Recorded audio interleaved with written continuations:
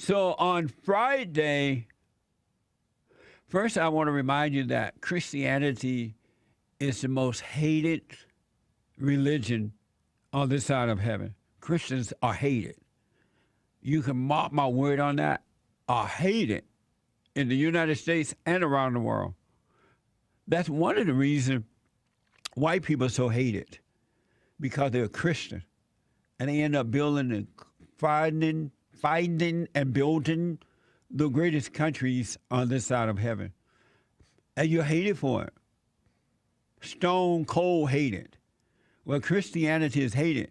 And if you notice, the Democrats do not want the churches to open back up.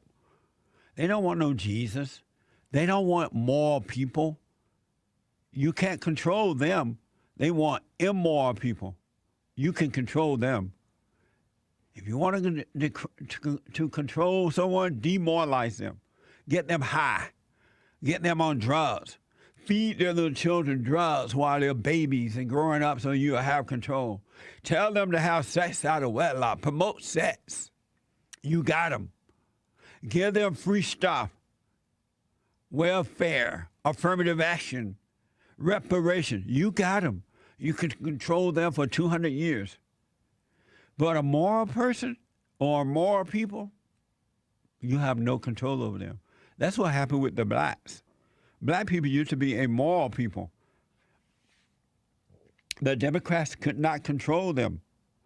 Then the so-called civil rights movement started, and they gathered the blacks and turned them over to the Democratic Party because they were Republicans prior. And then the blacks said, we are your leaders. We tell you who, when, where, and how. Stop thinking for yourself. And black people left morality, and they're some of the most corrupt, immoral, angry people on this side of heaven. And now they're doing it to the whites and the Mexicans.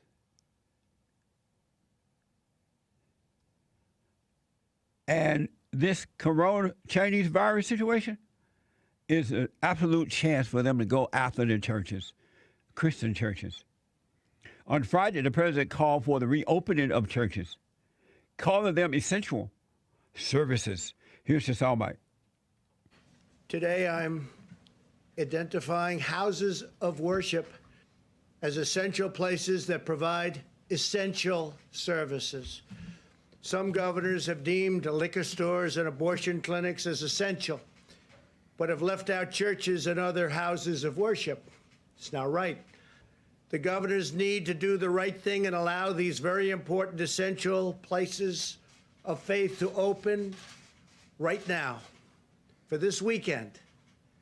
If they don't do it, I will override the governors. In America, we need more prayer, not less. Deep. Just deep. Oh, the church going up. The church going up. The church going to open. Amazing. The president shouldn't have to say that. If we had Obama, the fallen Messiah in the White House, you would never open up again. It'll be over. He would take the churches and turn them into abortion mills. Abortion mills? In spite of that, this is from Breitbart. By the way, that soundbite was from Fox. Despite that, Breitbart reported that Chicago mayor launches police raid to shut down churches. Can't you see that old nappy-headed lesbian of Chicago, black lesbian, Laura Lightfoot, with the nappy head? Lesbian, she don't love God. Oh, that white man said that he gonna open the church. We ain't gonna let that happen. I be darned if that's gonna happen. Satan's daughter.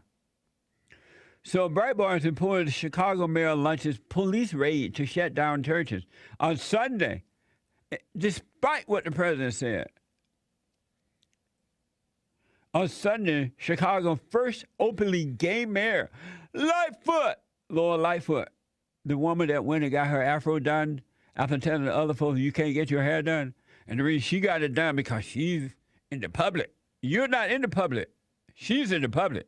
She got to get her fro. get her fro on. Lord Lightfoot mounted a raid on a black South Side church for holding services in defiance of her coronavirus lockdown order. You gonna listen to the lesbian, but you're not gonna listen to the president, and you're not gonna listen to God. Listen to Laura Lightfoot, the lesbian with the nappy afro. The governor of Illinois, J.B. Pritzker, responded to the president's call to open churches. This is from Fox. Here's that soundbite. What are your thoughts about President Trump's threat to overrule you? Well, we're going to continue to operate on the basis of science and data, and I'm as anxious as anybody to make sure that our churches, our mosques, our synagogues open back to where they were before COVID-19 came along. We're gradually moving in that direction, but there's no doubt the most important thing is we do not want parishioners to get ill because their faith leaders bring them together. We hope that faith leaders will continue to do as the vast majority of them have done. In the meantime, he doesn't have on a mask, and that person standing back next to him doing all the whatever they do doesn't have on a mask. He's not equal to opening the churches. He's lying. Abortion mills, pot houses, liquor stores, some markets are all open. How come a drug house is essential? In San Francisco, they put the homeless people up in hotels and things like that and whatever, and they gave them free drugs and alcohol. If you don't see that these people want to control you, there's nothing I can do. I have a quick question for you, then I'll take some calls. I want to know, is this social distancing? I don't know what EID is. I'm sorry. Eid. What does Eid mean? Oh, Eid, EID. Eid of Ramadan. The month, the Muslim holiday. And it's like the end of it. The Muslim holiday celebration. The end of the month. Long fest. They've been having a festival for a whole month. Now, that's some partying. And now, as Ramadan was ending, it ended this past weekend. And I want to show you, this is from Chicago Tribune. Are they social distancing, or are they like getting really close and Allahu Akbar? This is from the Chicago Tribune. Muslim families find a way to celebrate Eid during coronavirus pandemic.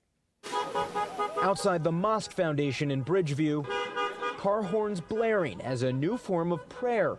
Hundreds of Muslim families finding a way to still worship in the midst of a pandemic.